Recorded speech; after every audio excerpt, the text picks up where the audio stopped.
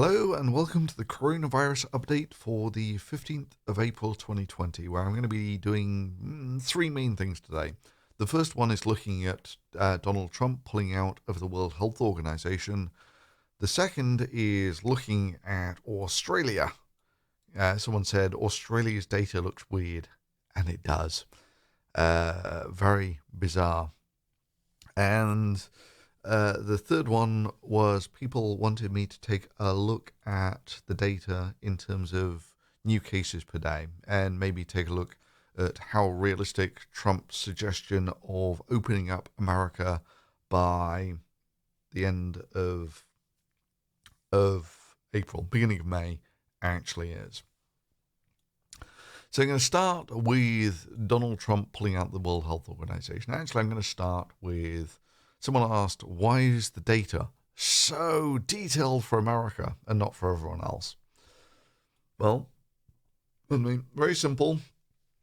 The website that does this is Johns Hopkins, which is an American university. So, that's why you get much better data on the American stuff than anywhere else.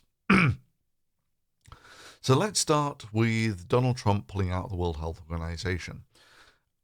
What is the World Health Organization and what does it do? Well, the World Health Organization earned its place in the history of mankind in being absolutely central in the eradication of smallpox.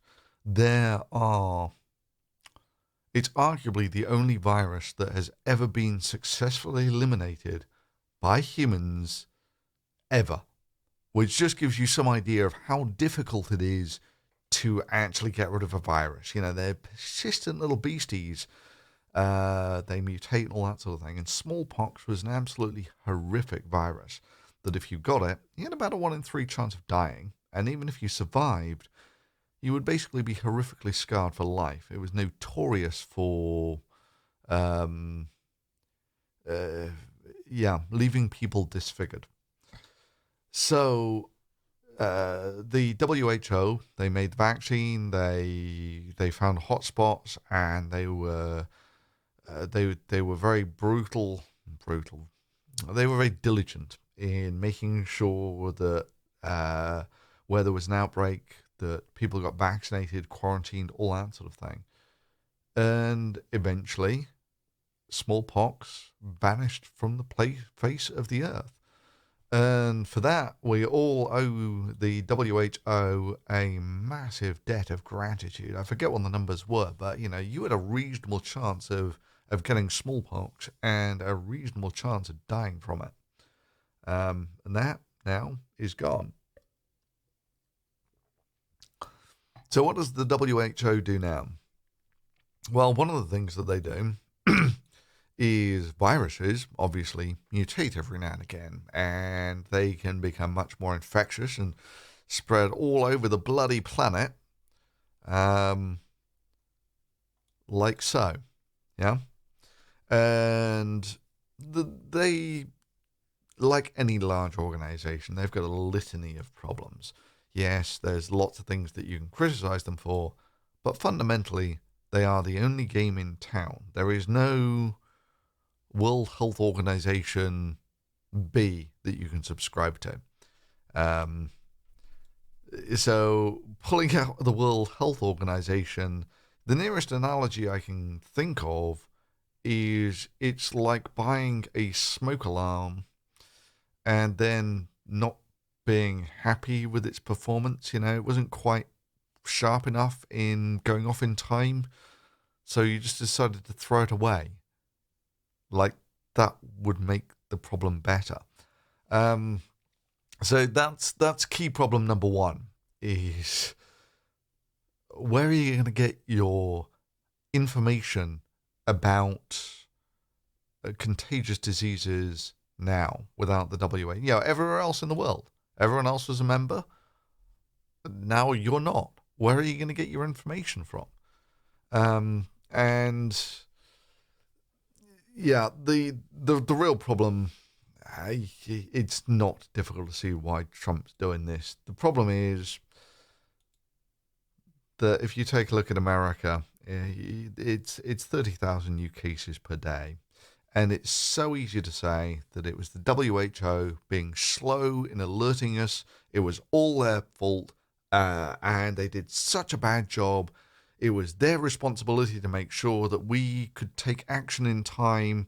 That's why we're leaving. They're not fit for purpose anymore.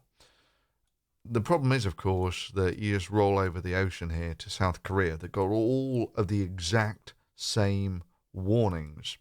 And South Korea, they max out. Their total cases is about 10,000. And that was without any shutdown of the economy or mass quarantine or stuff like that. They were very, very sharp in tracking down people who are infected and just putting them into quarantine.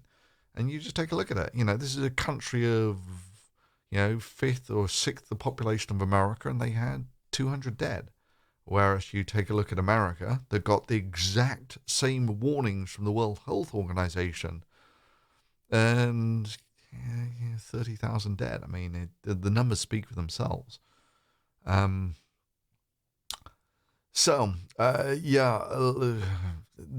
comes the next question. What does this financially make sense? And so ballpark numbers. I was doing these numbers earlier.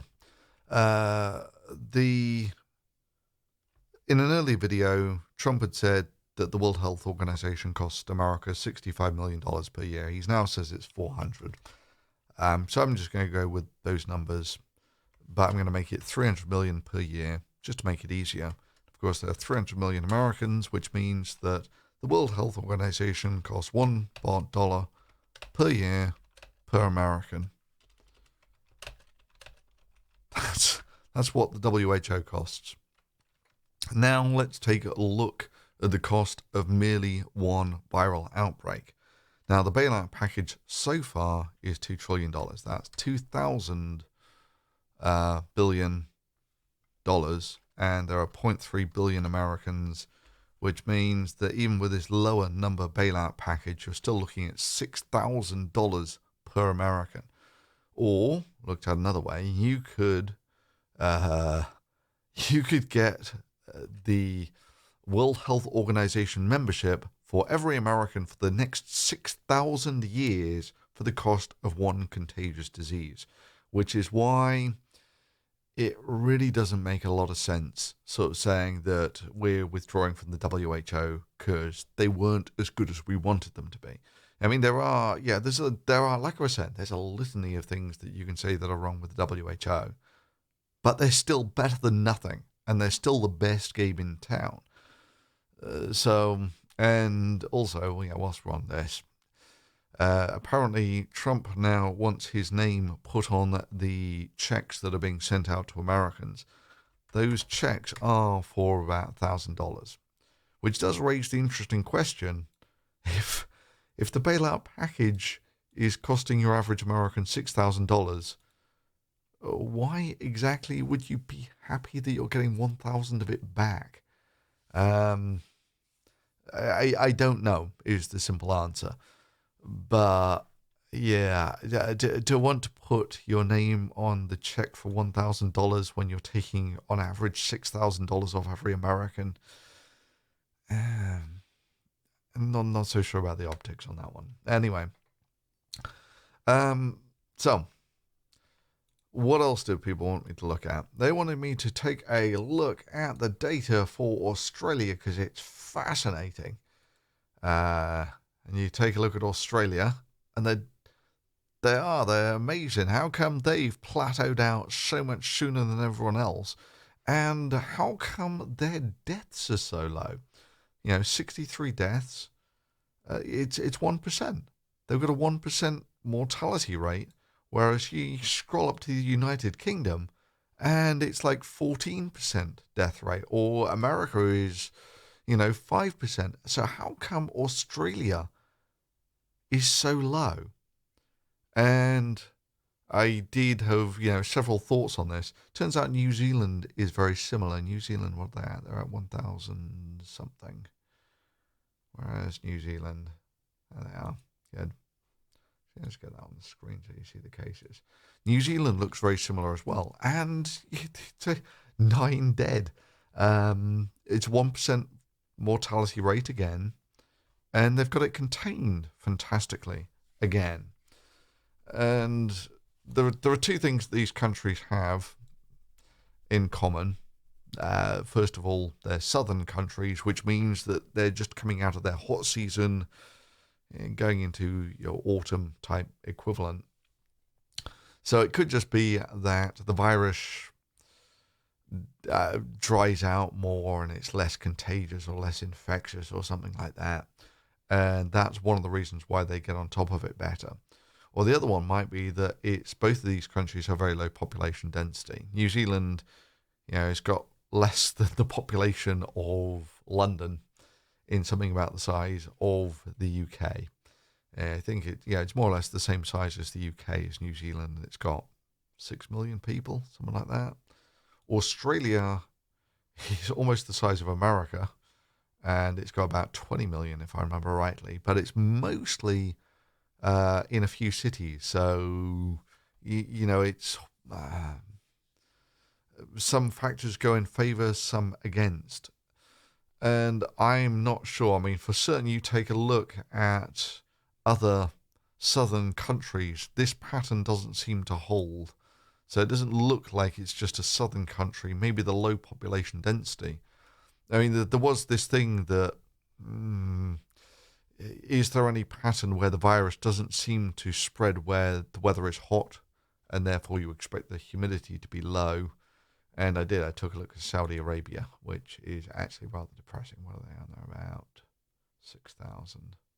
There's Saudi. Saudi Arabia looks like they're having a bad time at the moment. And yeah, that's as sort of dry and deserty as you can get. Well, at least that's my knowledge of, that's the extent of my knowledge of Saudi Arabia. So, why is Australia doing so well? I'm not entirely certain. Okay, so what was the last one I wanted to look at? Yes, the how realistic is it to reopen America again, as Donald Trump wants to do, in about 2 weeks' time?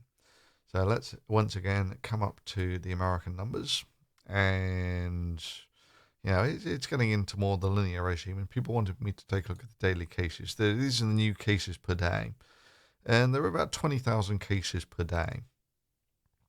Now, bear in mind, if you relax the quarantine, you expect to go back to the wild.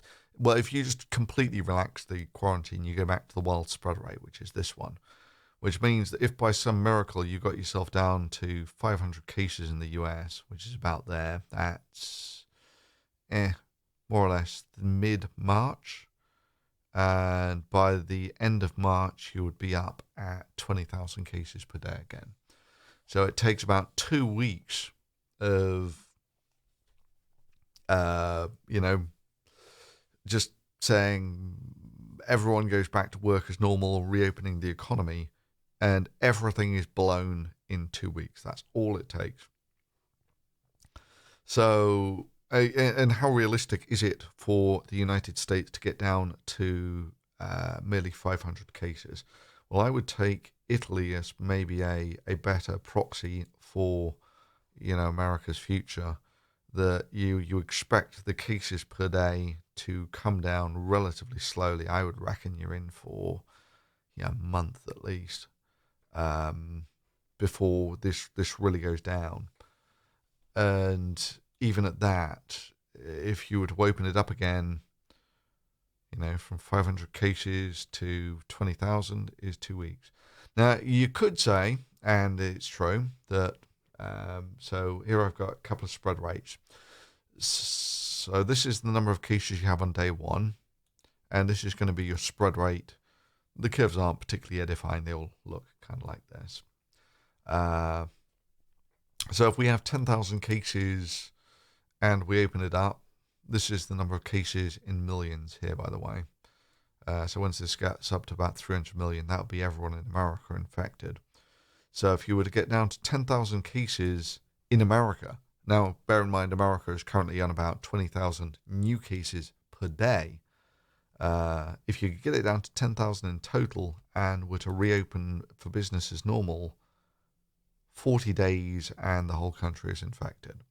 But let's say that you managed to, with your social distancing, you about halve the spread. And again, you get the number of cases down to 10,000 for the entire United States.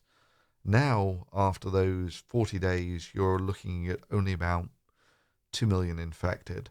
And even after 2 months, you're up at about 50 million infected. That's somewhere between 10 to 15% of America would be infected. Now, if you can get this number down to 1,000, which is, I'll show you how hard it is to do that with countries like South Korea and China. So, if you get down to 1,000 cases for the whole country, then if you go back to the world spread rate, total infection is within 50 days. It makes almost no difference. It's an extra week, basically. And even with the lowest spread rate, after 2 months, you're up at 5 million infected again. So, I mean, how hard is it to get the numbers down to 1,000 for the entire country? So for this, we're going to take a look. Yeah, I mean, you're talking about getting the numbers down to this sort of level again. Let's take a look at South Korea for this. So South Korea did all of this, right? Once you get down to 1,000 cases, if you've got the infrastructure in place for rapidly tracking and quarantining cases and testing them, you can do all of this. All of this was done without need for national quarantine. Yeah. So once you get down to 1,000, the whole thing is containable as long as you have the infrastructure that South Korea has in place. And honestly, I'm not so sure America is anywhere near remotely set up for that, or for that matter, a lot of places in Europe. I just don't think the infrastructure is in place to do that. You need lots of effort put into tracking cases and testing and all that sort of thing. But even at that, they're down to 30 cases per day now, 30 new cases per day. And, you take a look at it. If they go back from 30 cases per day to the world spread rate, it's only a couple of weeks and they're up at 500 again. So this is, once you're in this game, you need,